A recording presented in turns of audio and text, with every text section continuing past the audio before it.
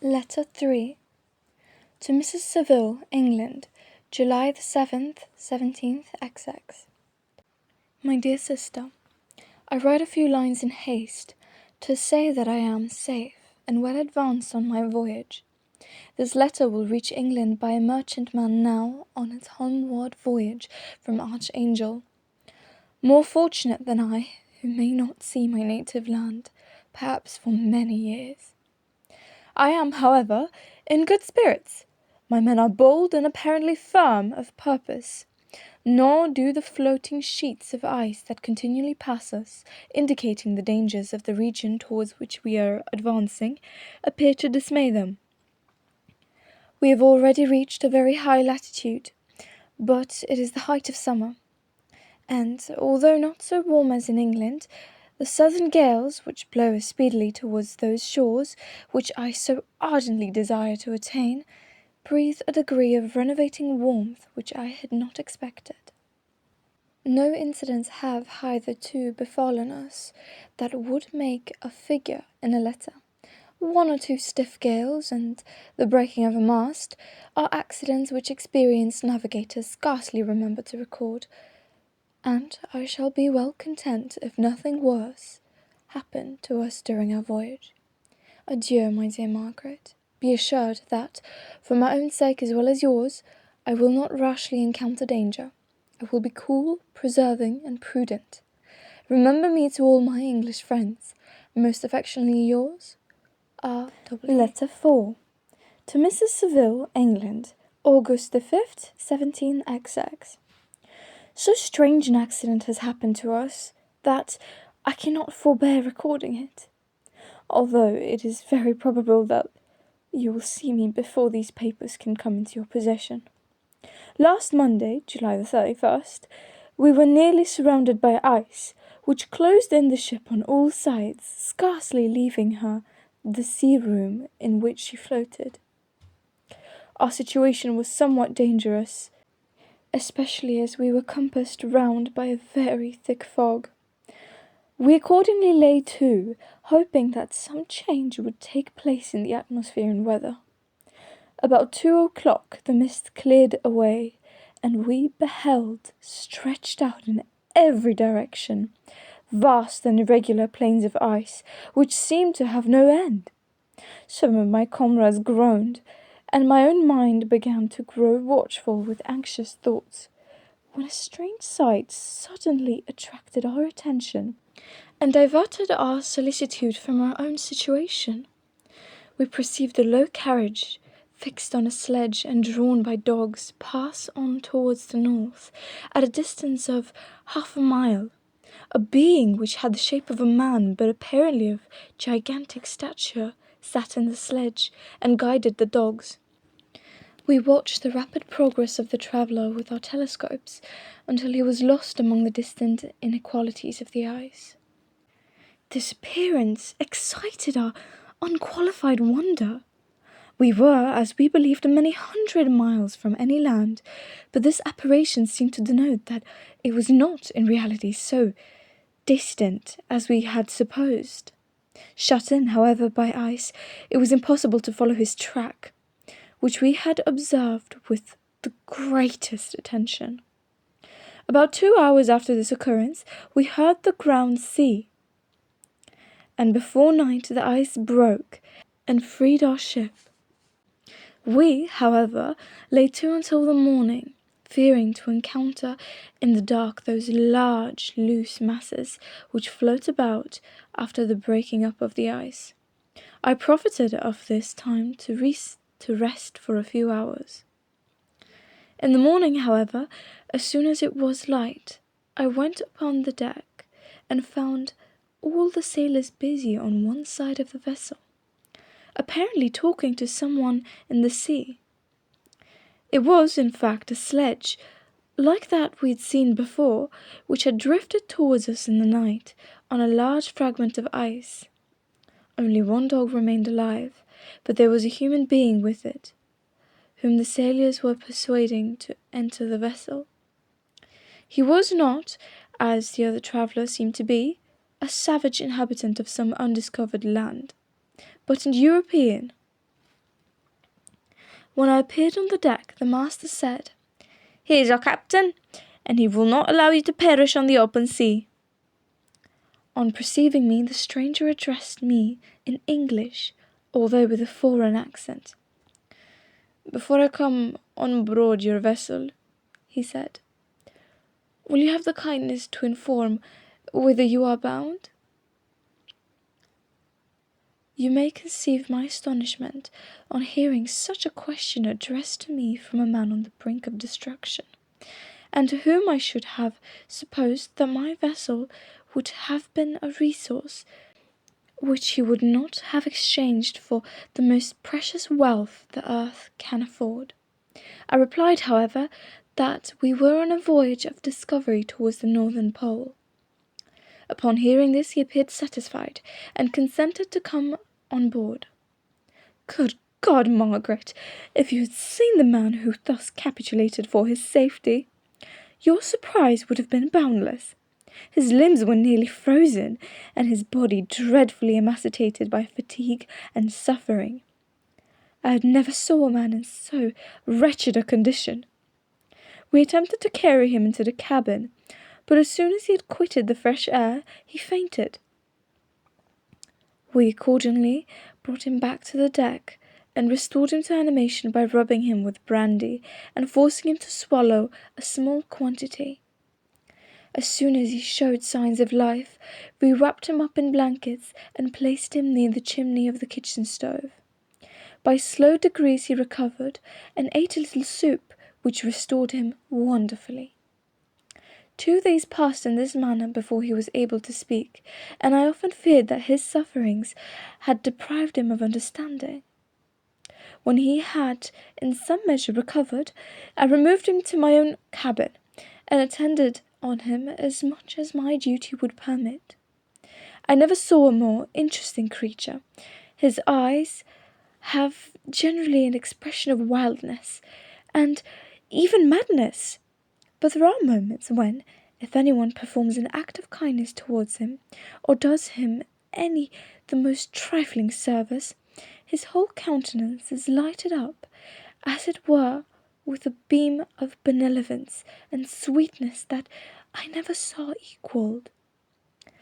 But he is generally melancholy and despairing, and sometimes he gnashes his teeth, as if impatient of the weight of woes that oppresses him. When my guest was a little recovered, I had a great trouble to keep off the men, who wished to ask him 1,000 questions. But I would not allow him to be tormented by their idle curiosity, in a state of body and mind whose restoration evidently depended upon entire repose. Once, however, the lieutenant asked, why had he come so far upon the ice in so strange a vehicle? His countenance instantly assumed an aspect of the deepest gloom, and he replied, "To seek one who fled from me." "And did the man whom you pursued travel in the same fashion?" "Yes." "Then I fancy we've seen him, for the day before we picked you up we saw some dogs drawing a sledge with a man in it across the ice." This aroused the stranger's attention, and he asked a multitude of questions concerning the route which the demon, as he called them, had pursued. Soon after, when he was alone with me, he said, "I have doubtless excited your curiosity, as well as that of these good people, but you are too considerate to make inquiries." "Certainly, it would indeed be very impertinent and inhuman in me to trouble you with any inquisitiveness of mine. And yet, you rescued me from a strange and perilous situation. You have benevolently restored me to life." Soon after this he inquired if I thought that the breaking up of the ice had destroyed the other sledge. I replied that I could not answer with any degree of certainty, for the ice had not broken until near midnight, and the traveller might have arrived at a place of safety before that time. But of this I could not judge. From this time the stranger seemed very eager to be upon deck, to watch for the sledge, which had before appeared. But I have persuaded him to remain in the cabin, for he is far too weak to sustain the rawness of the atmosphere. But I have promised that some one should watch for him and give him instant notice if any new object should appear in sight. Such is my journal of what relates to this strange occurrence up to the present day. The stranger has gradually improved in health, but is very silent, and appears uneasy when any one except myself enters his cabin. Yet his manners are so conciliating and gentle that the sailors are all interested in him, although they have had very little communication with him. For my own part, I begin to love him as a brother, and his constant and deep grief fills me with sympathy and compassion. He must have been a noble creature in his better days, being even now in a wreck so attractive and amiable. I said in one of my letters, my dear Margaret, that I should find no friend on the wide ocean.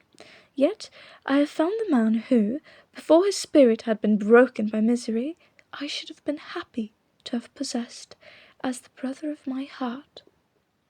I shall continue my journal concerning the stranger at intervals, should I have any fresh incidents to record.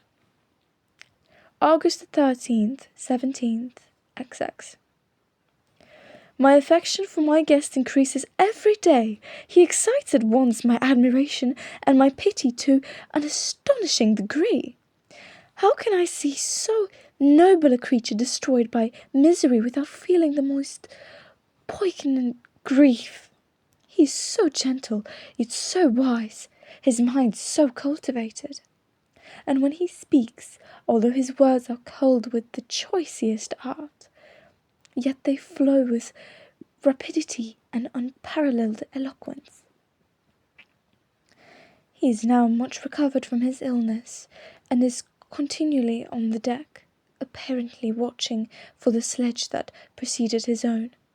Yet, although unhappy, he is not so utterly occupied by his own misery, but that he interests himself deeply in the employment of others. He has asked me many questions concerning my design, and I have related my little history frankly to him.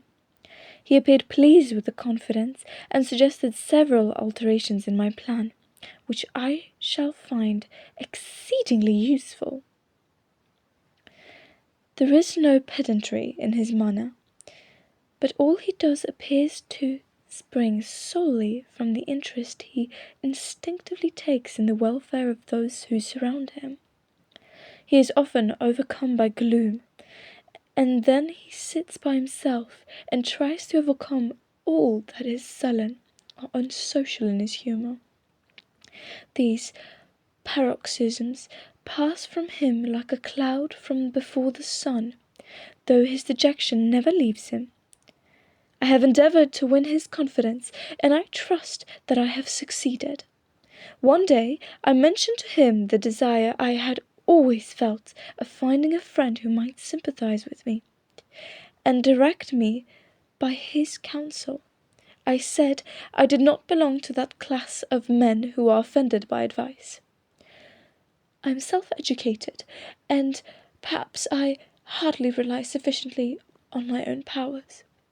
I wish, therefore, that my companion should be wiser and more experienced than myself to confirm and support me, nor have I believed it is impossible to find a true friend. I agree with you, replied the stranger, in believing that friendship is not only a desirable but a possible acquisition. I once had a friend, the most noble of human creatures, and am entitled therefore to judge respecting friendship. You have hope, and the world before you, and have no cause for despair. But I have lost everything, and cannot begin life anew. As he said this, his countenance became expressive of a calm settled grief that touched me to the heart. But he was silent and presently retired to his cabin. Even broken in spirit as he is, no one can feel more deeply than he does the beauties of nature. The starry sky, the sea, and every sight afforded by these powerful regions seemed still to have the power of elevating his soul from earth. Such a man has a double existence. He may suffer misery and be overwhelmed by disappointments, yet when he has retired into himself, he will be like a celestial spirit that has a halo around him, within whose circle no grief or folly ventures. Will you laugh at the enthusiasm I express concerning this divine wanderer? If you do, you must have certainly lost that simplicity which was once your characteristic charm. Yet, if you will, smile at the warmth of my expressions, while I find every day new causes for repeating them. August the 19th, 17XX. Yesterday the stranger said to me, "You may easily perceive, Captain Walton, that I have suffered great and unparalleled misfortunes. I had determined once that the memory of these evils should die with me. But you have won me to alter my determination. You seek for knowledge and wisdom as I once did, and I ardently hope that the gratification of your wishes may not be a serpent to sting you, as mine has been. I do not know that the relation of my misfortunes will be useful to you, yet if you are inclined, listen to my tale. I believe that the strange incidents connected with it will afford a view of nature, which may enlarge your faculties and understanding. You will hear of powers and occurrences such as you have been accustomed to believe impossible. But I do not doubt that my tale conveys in its series internal evidence of the truth of events of which it is composed." You may easily conceive that I was much gratified by the offered communication, yet I could not endure that he should renew his grief by a recital of his misfortunes. I felt the greatest eagerness to hear the promised narrative, partly from curiosity and partly from a strong desire to ameliorate his fate. If it were in my power, I expressed his feelings in my answer. "I thank you," he replied, "for your sympathy. But it is useless. My fate is nearly fulfilled. I wait but for one event, and then I shall repose in peace. I understand your feeling," continued he, perceiving that I wished to interrupt him. "But you are mistaken, my friend, if thus you will allow me to name you. Nothing can alter my destiny. Listen to my history, and you will perceive how irrevocably it is determined." He then told me that he would commence his narrative the next day, when I should be at leisure. This promise drew from me the warmest thanks. I have resolved every night, when I am not engaged, to record as nearly as possible in his own words what he has related during the day. If I should be engaged, I will at least make notes.